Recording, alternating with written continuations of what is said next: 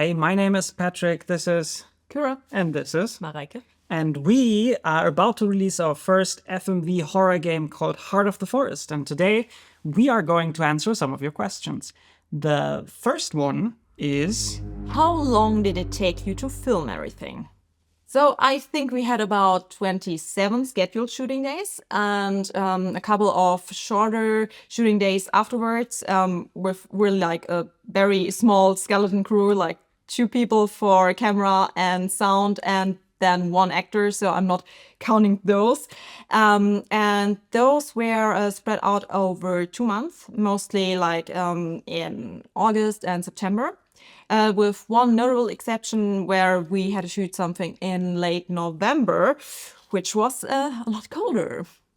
It actually started snowing, and you had to wear a t-shirt in the scene. Yes, he had to pretend it's still August. And I think he did very well. You probably will notice which of the scenes was the one that was actually shot in winter. Yeah. So I think what is kind of something you have to mention when talking about shooting days, I think 27 days is a pretty normal amount of shooting days for a feature film, but we did an interactive movie, so we had to shoot a lot more footage than that. We basically did at least 2 feature films in the same amount of time. Yeah, and with a, let's be honest, much smaller budget than your usual feature film has. So that's something that's not exactly easy. But yeah, we somehow did it. Yeah, I think we made a great choice with the camera. We actually shot on DJI Ronin 4D. And we're not sponsored by Ronin, by the way. Yeah. Which is like a gimbal and a camera in one. So we could do some very fast run and gun shooting and running around in the forest. And we had a lot of running shots, actually. And our DOP, Quirin Thalhammer, he really had fun doing the running shots in the forest. Yeah, I think we really wouldn't have been able to do it without that camera because the time we saved setting up the shots, yeah, that really saved us because I don't think that film would have happened anymore. No, it's true. Okay, and our next question is, what's the completion time? The completion time for one single playthrough is around 2 to 2.5 hours. Then, of course, it depends on how often you want to replay the game, make different choices, experiment with those choices. But overall footage, it's 4 to 4.5 hours. What's more important, story or characters? So I actually don't think that's an easy question. Or at least one that I can answer like one or the other is more important. I think they pretty much go hand in hand. Your story, in my opinion, is only as good as your characters. So to have a good story, you need to have good characters, basically. Yeah, that's what I think. So both is important, I guess. I would agree. I think you can take a very like simple story and have sort of unique characters in it, which then elevate the story. But then again, that becomes sort of the story. So I think it's, it goes hand in hand, great characters and a great story. I think it was very important for us in Heart of the Forest to sort of, because we do have that sort of simple story or cliche story of like a couple of uni students going into the forest and then bad stuff happening. So it was very important for us to have those character moments and to have those characters where like each character has their own struggle and backstory and things happening to them to sort of make it more interesting than maybe the sort of basic setup sort of looks on paper, you know? So I think even for us, great characters were very, very important. Yeah, I think from a gameplay perspective, you can play the game in 2 different ways. Like you can see every decision individually and just, I don't know, choose which path you want to watch. Or you can choose a favorite character and base your decisions on what's best for the character. So you mean you can focus on the story as a whole, or you can sort of focus on different characters and just see what's happening to them, sort of? Yeah. How did you get the idea to turn this into a game instead of a pure film project?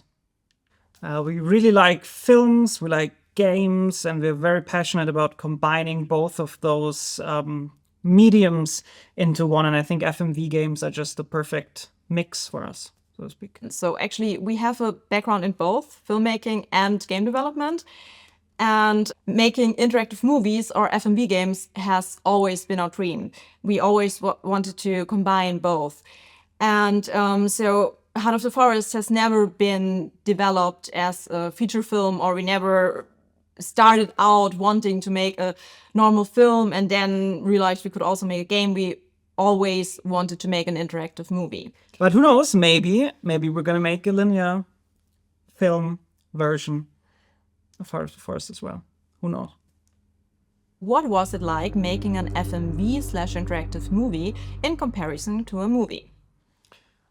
Well, I think the biggest difference is just the amount of it. So when you have a linear story, of course, you have one path, you have your one linear path through the whole film, and then if you have an interactive movie, now you have branches. So for every choice needs at least, if you just have two choices, you need to sort of double the footage, to branch out before you sort of reconverge, and then go on in a linear fashion to then branch again, and so on, and you can go totally crazy with it. So it's just so much more footage that you have to shoot, and different scenes and alternative scenes and different versions of scenes. So I think it's just so much footage, and like as an actor you have to remember so many lines. Like for every scene you might have to remember like 2, 3, 4 different versions of it that sort of slightly change because you change something at the beginning of the movie, so now you have to reference different things. And I think it's just a sheer amount of it is crazy. Yeah, so I think it's like for the actors, it's like maybe one choice is one emotion and the other choice is a completely different one. So you have to switch between those versions super quickly. And also, I mean, as we've said before, we had a super small budget, so we had to film more than your usual film with less money, and that's just crazy.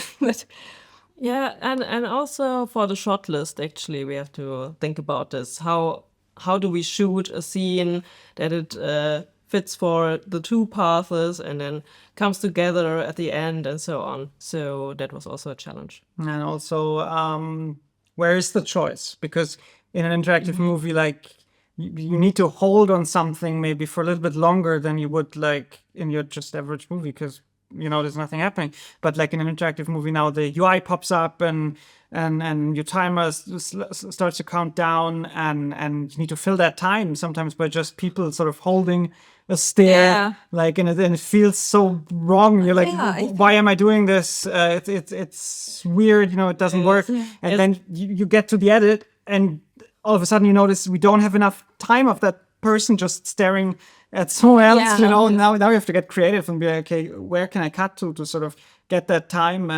And I think that's also very difficult to always keep that in mind, and where are we cutting then next after the choice? And both sort of, you have your choice, and then the edit needs to fit for both branches, and at some point you're reconverging because you cannot branch out infinitely, so you have to reconverge, and then like, how do I make that sort of seamless? I think that's very, very different to normal movie. I think we were also really lucky that we worked in a team. We've been doing like interactive short films before, so a lot of our key team members had already had experience filming interactive films, and I think that was a huge advantage for us. Yeah. I think especially Quirin, who did the most of the camera and was a DOP. He worked on, I think, most, if not all, of the sort of interactive prototype short film kind of things we did. So he sort of had an understanding for, now we have to hold this and it might feel weird, but it doesn't matter, it's gonna be fine and stuff like that. Yeah.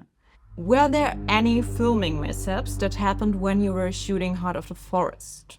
As is very common, a lot of things didn't go to plan. A lot of things changed. We arrived at a lot of locations, and things were just very different than we had imagined them. Or The weather wasn't exactly as we thought it Yeah. was going to be. yeah.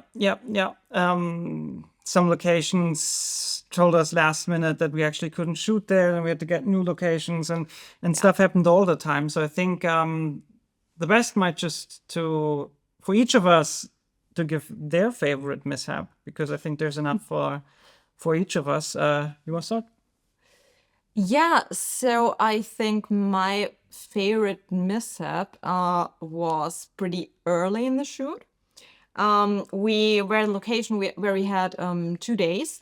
Well, part of the film is set in an abandoned camp in the forest, and we had a location where we actually set up that camp, and we couldn't afford shooting there longer than 2 days.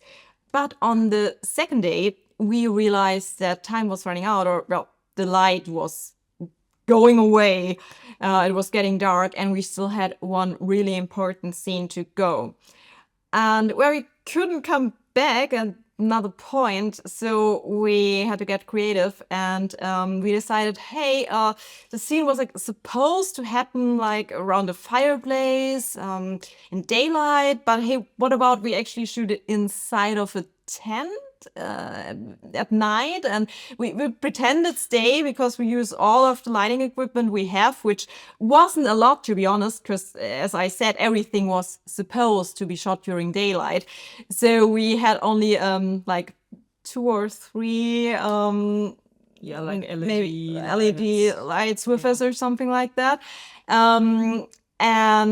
Yeah, so we did everything inside of a tent, and it worked out pretty well in the end. I think it looks much more surreal, and it really fits the mood of the scene. So it's better than what we initially wanted to do. But there was another issue. Our base camp was relatively far away from the location where we actually shot the scenes, and the sound only had very limited space on their SD cards left. So we had, I think, in the end, we had like 30 seconds left, and they were like, okay, you have to be really quick, and there is no room for any mistakes, because in 30 seconds you won't have any audio.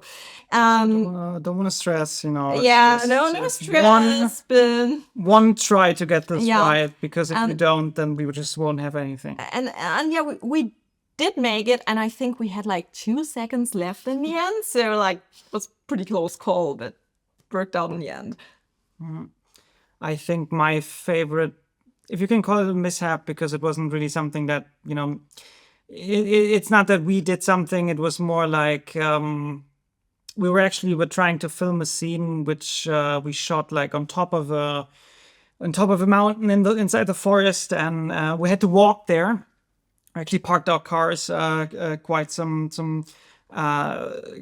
quite far away, actually, and we started walking through like a little town and up the hill, and then like on the way it started raining, so we all got our raincoats out and just kept walking, because I'm sure it's gonna ease up on the rain like any second, and we kept walking, but the rain just kept getting stronger and stronger and stronger, until at some point it started getting so crazy. Like we saw trees falling over, like when we were still inside the town, like at the edge of the forest, and trees started falling over, I think you didn't even see them. Like I saw one just, But like, you heard like this is the Black Forest we're talking about. So there's a really, really big and old trees, and it sounded like, I don't know, it was like thunder or something. It was it was crazy. And then someone offered us, like saw us, like about like 10 people just like soaking wet, standing there in the rain, just like waiting for it to stop at some point. And they saw us and offered us to stay in their garage, just to wait out the rain.